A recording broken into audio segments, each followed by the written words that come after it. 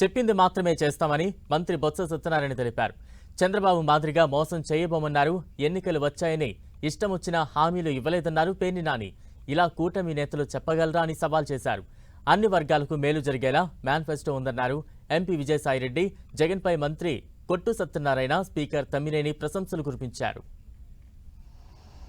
ఇంతకుముందు చంద్రబాబు నాయుడు లాగా చెప్పింది ఒకటి చేసింది ఒకటి కాకుండా, మాయా మోసం దగా లేకుండా నిక్కచ్చిగా ఖచ్చితంగా ఏదైతే చేస్తామని చెప్పారో ఈ మేనిఫెస్టోలో అవే కార్యక్రమాలను ప్రత్యేకమైన దృష్టిని పెట్టి డైరెక్ట్ బెనిఫిషరీ ద్వారా మధ్యవర్తులు దళారులు ఎవరు లేకుండా 2,70,000 కోట్ల రూపాయలని 2,70,000 కోట్ల రూపాయలని ఇవాళ డైరెక్ట్ బెనిఫిట్ ద్వారా ఈ రాష్ట్రంలో ఉన్న పేద ప్రధానికానికి అర్హులైన ప్రతి ఒక్కరికి కూడా అందించడం జరిగింది. ముఖ్యమంత్రి గారు ప్రకటించిన మేనిఫెస్టో ఇవాళ అబద్ధాలు చెప్పి చేయలేని కూడా చేస్తానని అబద్ధాలు చెప్పేవాళ్ళు ఎన్నైనా హామీలు ఇస్తారు.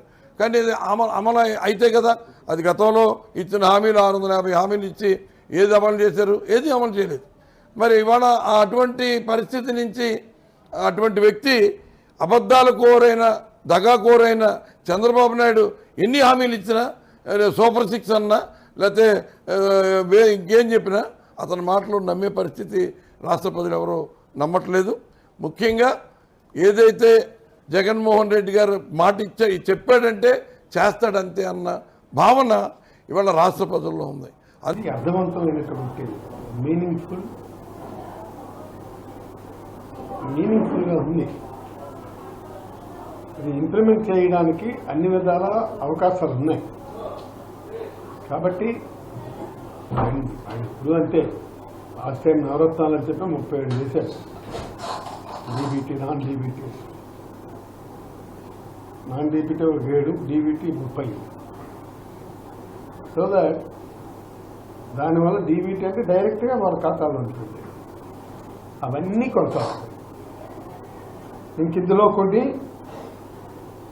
ఎక్కువగా పెంచుకుంటూ వెళ్ళారు. అందులో కొన్ని ఎక్కువగా పెంచుకుంటూ వెళ్ళారు. ఈ మేనిఫెస్టో చూసిన తర్వాత నాకు ఏమనిపిస్తుందంటే దట్ ఈజ్ జగన్మోహన్ రెడ్డి. ఎందుకంటే ఒక మాటిచ్చి మాట అంటే ఖచ్చితంగా నిలబడతాడు అన్నటువంటి వాస్తవానికి దగ్గరలో ఉన్నటువంటి మేనిఫెస్టో.